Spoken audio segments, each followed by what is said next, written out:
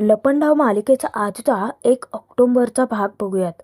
सरकारने सखीच्या स्वयंवरात कान्हाला उतरवायचं ठरवलेलं असतं, पण कान्हा अजूनही त्यासाठी तयार नसतो. तेव्हा सरकारांना वाटतं की हा पैशांसाठी काम करणारा माणूस आहे, मग याच्या तोंडावरती पैसे फेकले की तो आपल्या तालावर नाचेलच. आणि म्हणूनच कान्हा विचारात हरवला असताना ती चुटकी वाजवते आणि त्याला सांगते की शेवटी सगळे येऊन इथेच थांबतं पैशांवरती. ती 10,000चा चेक कान्हासमोर टेकवते. कान्हाचं लक्ष असतं ते सरकाराने बोटात घातलेल्या अंगठीकडे आणि तो नकारार्थी मान हलवतो. तेव्हा सरकार म्हणते की अच्छा, म्हणजे एवढे पैसे तुझ्यासाठी पुरेसे नाही आहेत तर. आणि त्यानंतर चक्क सरकार 10 करोडाचा चेक कान्हाच्या समोर टेकवते. त्याला टोमणा मारते, काय आहे, तुझ्या लायकीपेक्षा तरी जास्तच आहे. कधी कधी नशिबाचं पारडंसुद्धा लायकीपेक्षा जास्त चढ होतं. मला वाटतं की तुझी मेमरी ना कमी आहे. सोन्याची अंड देणारी कोंबडी गोष्ट आत्ताच तू मला सांगितलीस. नाही म्हणजे आपल्याकडे असं म्हणतात ना की जर दान करायचं असेल तर ते ऑड नंबरने करावं. 101, 1001 असं काहीच. ठीक आहे. आणि परत ती चेकवरची अमाऊंट चेंज करून कान्हाच्या समोर ते चेक टेकवते. तेव्हा कान्हासुद्धा तिला सणसणीत उत्तर देतो. त्याला जे हवं तेच तो मिळवतो. कसं आहे ना सरकार, नाही म्हणजे असे मोठमोठ्या किमतीचे चेक समोरच्याच्या तोंडावर फेकणं हे फक्त हिंदी फिल्ममध्ये शोभून दिसतं. आपण पडलो मराठी माणसं, एकदम साधी भोळी. आपल्याकडं कसं जावयाचं जर पाहुणचार करायचाच असेल तर एखादं दागिना किंवा ही अशी अंगठी त्याला वाण म्हणून देतात. अशीच काय, हीच अंगठी त्याला वाण म्हणून देतात. आता कान्हाचा इशारा सरकारांच्या चांगलाच लक्षात येतो. सखे मॅडमच्या स्वयंवरात तुमच्या बाजूने उमेदवार म्हणून जायला तयार आहे मी, पण त्याचा इशारा तिला कळतो आणि त्या क्षणी आपल्या बोटातली अंगठी काढून ती कान्हाकडे फेकते. कान्हा तो झेलतो आणि खूप खुश होऊन जातो.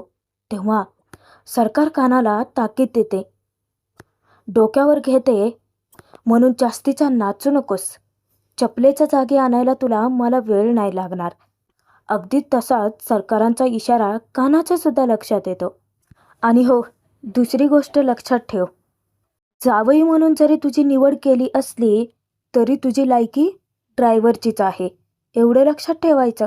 तेव्हा कान्हा म्हणतो की मला एक प्रश्न पडलाय, पण जावई म्हणून तुम्ही माझीच निवड कशी काय केली. त्यावर सरकार त्याला टोला लगावते, एका पाताळयंत्री माणसाला दुसरा पाताळयंत्री माणूसच ओळखू शकतो. यावरून कान्हाच्या एक गोष्ट तरी चांगलीच लक्षात आलेली असते की सरकारच्या जास्त जवळ जाणं, विश्वास संपादन करणं तितकंही सोपं नाही आहे. आणि परत एकदा सरकार कान्हाला एक गोष्ट निक्षून सांगते की हा विचारलेला प्रश्न शेवटचा असेल. परत जर का हा प्रश्न विचारलास ना तर विचारायच्या लायकीचं सुद्धा ठेवणार नाही. तेव्हा कान्हा म्हणतो की हो, आणि तो त्या अंगठीसाठी थँक्यू बोलून तिचा निरोप घेऊन जातो. आता मनातल्या मनात सरकार एका गोष्टीचा आनंद साजरा करते, दाभाडे खूप तोऱ्याने बोलत होतीस ना, पण आता बघ योग्य वेळ आली की हेच पेपर्स मी तुझ्या तोंडावर कसे मारते ते, आणि ती चाळ मिळवतेच. कानाचं एक प्लॅनिंग तर फत्ते होतं. जेव्हा तो त्याच्या घरी येतो त्या क्षणी आता सगळ्यात मोठा खुलासा त्याने आपल्यासमोर केला आहे की सरकारांचं साम्राज्य उद्ध्वस्त करण्यासाठीच कान्हा आलाय, तिचा काळ बनून. ज्या क्षणी कान्हा आधी सगळीकडे फिरून नीट चौकशी करून घेतो की आजूबाजूला कोणी नाही आहे, आणि त्यानंतर रूमचा दरवाजा बंद करून तो लॉक केलेलं त्याचं कपाट उघडतो आणि कपाटातली त्याची जेवढी काही कपडे आहेत ती बाजूला सारतो, आणि त्याच मागे लपलेलं आहे सगळ्यात मोठं गूढ सत्य. कान्हाने सरकारांच्या बाबतीतली खडा ना खडा माहिती काढलेली असते आणि पेपरमध्ये त्यांच्या विरोधात छापून आलेल्या सगळ्या बातम्या, ते सगळं कसं त्याने कपाटामध्ये पुरावे जपून ठेवलेले असतात खिशातून सरकाराने दिलेली अंगठी बाहेर काढत तो म्हणतो की प्रत्येक गोष्टीचं मोल करायचं नसतं, पण तुम्हाला नाही कळणार. मी तर फक्त तुमच्या घरात शिरायला आलो होतो, पण तुम्ही तुम्ही तर मला स्वतःच्या आयुष्याचा भाग बनवायला निघालात. सरकार कान्हा मनापासून सखीची माफी मागतो. खरंच मला माफ कर सखी. काय आहे, तुझ्या घरात जर मला शिरायचं असेल, तर मग मला हे स्वयंवर कोणत्याही परिस्थितीत जिंकावं तर लागेलच. कारण कान्हाला एक गोष्ट कळून चुकले की त्या घरात सखी ही खूपच मनाने निर्मळ असलेली मुलगी आहे आणि तिची फसवणूक करताना इकडे कान्हाचं मन जड झाले. पण तो ज्या हेतूने आलाय तो हेतू तर पूर्ण करावाच लागेल ना. त्याच नंतर दुसऱ्या दिवशी उर्मिला घरच्या नोकरांना आदेश देते की चला, काय टाइमपास लावलाय रे तुम्ही, पटापट ब्रेकफास्टची तयारी करा. रात्रीपासून सरकारांनी काहीच खाल्लेलं नाही आहे. तेव्हा मीनाक्षी काकू चमकून तिच्याकडे बघते. ती लगेच शब्द पालटत म्हणते की म्हणजे कोणीच काहीच खाल्लं नसणार आहे म्हणून म्हणते. आता जो ब्रेकफास्ट टेबलवरती आणून ठेवलेला असतो तो उर्मिला चेक करते आणि मीनाक्षीला जाब विचारते किंवा नाही म्हणजे एवढं सगळं महाभारत घडलंय आणि तरीसुद्धा सगळे पदार्थ सखीच्या आवडीचे, मुद्दाम करताय का हे सगळं. त्यावर मीनाक्षी काकू उत्तर देते की असलं काही माझ्या मनातही नाही आहे. उलट मी एक ना लाख मोलाचा सल्ला देते, ज्याची सत्ता त्याचाच उदो कर. उर्मिलाच्या डोक्यावरूनच जातं सगळं. ती विचारते की म्हणजे म्हणायचं आहे काय तुम्हाला. त्यावर मीनाक्षी काकू सांगते की काय आहे, आत्ता सखी स्वतःची सत्ता स्थापन करते. त्यावर उर्मिला तिला टोमणा मारते, वाट बघा, काय तर म्हणे सखी सरकारांची सत्ता पाडणार, शक्यच नाही आहे. आईमधला आ शब्द जरी ऐकला ना तरी मेणासारखी वितळणारी ती. सरकारांनी आई नावाचा पत्ता बाहेर काढला की सखी तिथेच संपली म्हणा. इतक्यात सखी येते आणि गौतमला जेव्हा ती हाक मारते त्या क्षणी सगळ्यांच्या नजरा तिच्यावरतीच खिळतात. गौतम तिचं कौतुक करत म्हणतो की वा बबड्या, आज कम्मालीची वेगळी दिसतेस हा तू, ये ब्रेकफास्ट करूयात. आणि ती जाऊन गौतम शेजारीच बसते. सखीला मीनाक्षी काकू सांगते की सखी आज सगळं तुझ्या आवडीचंच आहे बरं का. तेव्हा सखी स्वतःला प्लेटमध्ये वाढून घेणार, उर्मिला तिला अडवते, सखी तुला या घराचा नियम माहीत नाही आहे का, सरकारांनी खाल्ल्याशिवाय. तेव्हा सखी तिचं तोंड बंद करते. ती म्हणते की नियम होता. आणि तेव्हा मीनाक्षी काकू आणि गौतम दोघेही उर्मिलावरती जोरजोराचे हसायला लागतात. इतक्यातच सरकारांचीच एंट्री होते. सखीकडे ती बघते आणि सरकार आल्याचं जेव्हा लक्षात येतं तेव्हा सखी मुद्दाम मुद्दाम फोनवरती गाणं लावते आणि कानामध्ये स्कॉड घालते. ती चुकूनही सरकारांकडे ढुंकूनही बघत नाही आणि ज्या पद्धतीने ती तिला इग्नोर करत असते ना, सरकारांचा इगो हर्ट होतो. तेव्हा बाकीच्या नोकरांना मीनाक्षी सांगते की सखी जरा बिझी आहे, ती त्यांना जेवण वाढायला लावते. तेव्हा सरकार म्हणते की तू वाढ. आता काकूंचा पण इगो हर्ट होतो, पण काय करणार, शेवटी दात ओठ खात शब्द तर ऐकावा लागणारच आहे. ती सरकारांना प्लेटमध्ये नाश्ता वाढायला घेते. त्या क्षणी गौतम तेथून उठून चाललेला असतो. मीनाक्षी विचारते की भाऊजी असे काय जात आहे, तुम्ही आज काही खाणार नाही आहेत का. तेव्हा गौतम समोर सरकारांकडे बघून टोमणा मारतो की आज कित्येक दिवसांनी न खाता पोट भरलं आहे माझं, तुम्ही खा, भूक तुम्हाला आहे ना.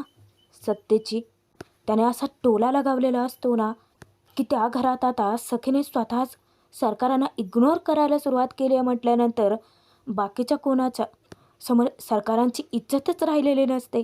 ज्या ज्या क्षणी सखी सरकारांकडे बघते ना त्या त्या प्रत्येक क्षणी ती डोळे वटारूनच पाहत असते. जेव्हा मीनाक्षी काकू सरकारांच्या समोर तिच्यासाठी सूप आणून ठेवते त्या क्षणी सरकारांच्या लक्षात येतं की सखीने फोनचा व्हॅल्यूम थोडा कमी केला आहे. म्हणूनच ती उर्मिलावरूनच सखीला बोलण्याचा प्रयत्न करते. उर्मिला तुला आठवत आहे, सखी जेव्हा लहान होती आणि जेव्हा तिला ट्रेस यायचा त्यावेळेस ती जरा जास्तच खायची. म्हणजे त्यावेळी सखीकडे खेळणी कमी आणि चिप्सची पॅकेटच जास्त असायचे. बहुतेक आता ना हिला स्वयंवराचं टेन्शन आलं असावं. बट डोंट वरी सखी, तुझा सगळा स्ट्रेस मीच कमी करणार. असं म्हणून सरकार सखीच्या समोरच कोणाला तरी कॉल करते. सखी इतकी निर्विकार चेहऱ्याने बघत असते ना, काही रिॲक्शनच नसते तिची. आता काही वेळानंतर सरकाराने आपला दुसरा फासा टाकलेला असतो सखीला अडकवण्यासाठी. सखी गुपचूप त्यांच्या समोरच बसून असते. तिने कॉल केलेला असतो शीनाला. ती सांगते की सखी भेट, ही शीना. तुझ्या स्वयंवराची सगळी तयारी हीच करणार आहे.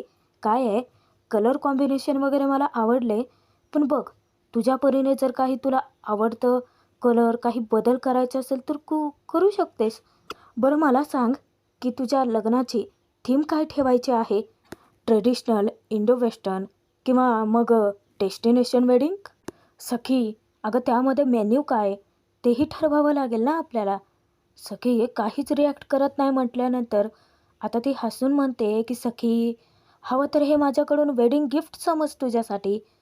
आणि आपल्याकडे अजून खूप सारे ऑप्शन्स आहेत, हो ना? तेव्हा सीना सांगते की हो सरकार, आणि ती सखीकडे जाते. आता सखीपेक्षा जास्त तर उतावीळ हीच. ज्यावेळेस सीना जाऊन सखीच्या स्वयंवराची तयार केलेली जी वेगळी फाईल आहे ती सखीच्या हातात टेकवते, तेव्हा सरकार तिच्यावरती नजर रोखत म्हणते की सखी बघ, तुला आवडत असेल तर तू जिथे बोट ठेवशील अगदी तसंच होणार. पण त्या क्षणी सखी सरकारांना सगळ्यांसमोर असा जोराचा चपराक लगावते ना, एक तर ती फाईल फेकते खाली आणि दुसरं म्हणजे ती सांगते, कसं आहे ना सरकार, माझं ना अगदी माझ्या बाबांसारखं आहे. म्हणजे त्यांना जर काही करायचं असेल मोठं प्लॅनिंग, त्याचं एक्झिक्युशन, ते ना सगळं ते डायरीत आधी लिहून ठेवायचे. आणि मी सुद्धा अगदी तसंच करणार आहे. माझं सगळं प्लॅनिंग मी डायरीत लिहिणार आहे. डायरी सरकारांच्या समोर धरत ती म्हणते की हॅशटॅग सखीचं स्वयंवर. आता माझ्या स्वयंवराचं सगळं प्लॅनिंग यात असेल. तेव्हा उर्मिला खूप उत्साहाने विचारते की अय्या, म्हणजे स्वयंवरातले गेम्स प्लॅनिंग सगळं असेल यात? तेव्हा सखी हसून सांगते की हो, पण अजून काय करायचं ते लिहिलेलं नाही आहे. प्लॅनिंग पूर्ण झाली की कळवतेच. आता सरकारांच्या मनात रागाची लाट उसळते. बापाच्या सगळ्या गोष्टी ना बरोबर शिकले. सरकार सखीला लगेचच दटावते. हे बघ सखी, तुझ्याकडे असेल भरपूर वेळ, पण माझ्याकडे हे असलं करण्यासाठी अजिबात वेळ नाही आहे. मला ना भरपूर काम आहेत. आणि तसंही तुझा स्ट्रेस कमी करण्यासाठीच हे सगळं प्लॅनिंग करत होते मी. आणि हे जे डायरीमध्ये हॅशटॅग सखीचं स्वयंवर हे सगळं लिहित बसलीस ना, तर मग झालं, लग्न झालं हा तुझं. त्यावर सखी असला टोमणा लगावते ना सगळ्यांसमोर. कसं आहे ना, तुला जड झाले असेल मी, कामत एम्पायरला नाही आहे. तेव्हा मीनाक्षी आणि उर्मिला दोघेही धक्क्याने तिच्याकडे बघतात. आणि हो, तुला जर का प्रश्न पडत असेल मीडिया, सोशल मीडिया, त्यांच्या प्रश्नाची उत्तरं काय द्यायची, तर मग स्वयंवर माझं आहे ना. सांग त्यांना सरळ की सखीचं स्वयंवर आहे. प्रश्न जे विचारायचे असतील ते तिलाच विचारा, देईन मी अगं उत्तरं. आणि त्या क्षणी रागात सरकार तिला म्हणते, हे बघ, मी तर उलट तुझं काम सोपं करण्याचा प्रयत्न करते, मी तर तुला मदतच करते. तेव्हा सखी उठून सरकारांना सडेतोड उत्तर देते की गरज नाही आहे मला कोणाच्या मदतीची, आता फक्त मी आणि माझी डायरी बस. असं म्हणून अपमान करून सखी तेथून जाणार. सरकार तिचा हात पकडते, अचानक तिला मागे खेचते आणि तिच्यावरती चवताळते. हा काय भातुकलीचा खेळ नाही आहे. सोशल मीडियावरती स्वयंवराची जी अनाऊन्समेंट करून ठेवलीस ना, त्यानंतर तुझ्यापुढे काय वाढून ठेवलं आहे तुलाही माहीत नाही आहे. तेव्हा सखी सरकारांच्या हातून हात खेचत म्हणते की तुला पाहिलं आहे ना मी, कालपर्यंत फक्त तूच माझं जग होतेस, आता बाकीच्या जगाचं काय घेऊन बसलीस? आणि ती तेथून सरळ निघून जाते. सरकारांची मुजोरी खोडून काढते. हळूहळू सखीमुळे आपली सत्ता डगमगताना बघून सरकारांच्या तळपायाच्या मस्तकात जाते. सखी बाहेर येऊन जेव्हा ती गाडीमध्ये बसते, ती सांगते की पार्लेला जायचं आहे चला. त्याच वेळेस तिथे कान्हा असतो. सखीला माहितीच नाही. कान्हा तिला विचारतो की काय मग, कुठपर्यंत आली तुमची स्वयंवराची तयारी? त्याचा आवाज ऐकून ती दचकते आणि धक्क्याने विचारते की तू. भाग संपतोय. पुढील भागात बघूयात. सरकाराने सखीचं लोकेशन ट्रेस केलेलं असतं आणि ती एकटीच बडबडते, तुला माहिती पण नाही आहे की तुझ्यापुढे काय वाढवून ठेवलं आहे ते. स्वयंवर तुझं असेल पण डाव मीच टाकणार. आणि ती तिच्या माणसांना फोन करून सखी तिथपर्यंत पोहोचल्याचं सांगते. कान्हाची गाडी अडवतात सगळेजण आणि ते गुंड मवाली सखीचा हात धुवून मागते लागतात. हे फक्त सरकाराने मुद्दामच खडवून आणले बरं का, सखीला कुणीकडून तर अडकवून टाकण्यासाठी. पण कान्हा सखीच्या मदतीला धावून येतो आणि त्या गुंडांची धुलाई करून तो सखीला वाचवतो. पण ते गुंड ज्या क्षणी कोयता घेऊन कान्हावरती हल्ला करतात तेव्हा मात्र सखीचं पार अवसानच गळून पडतं.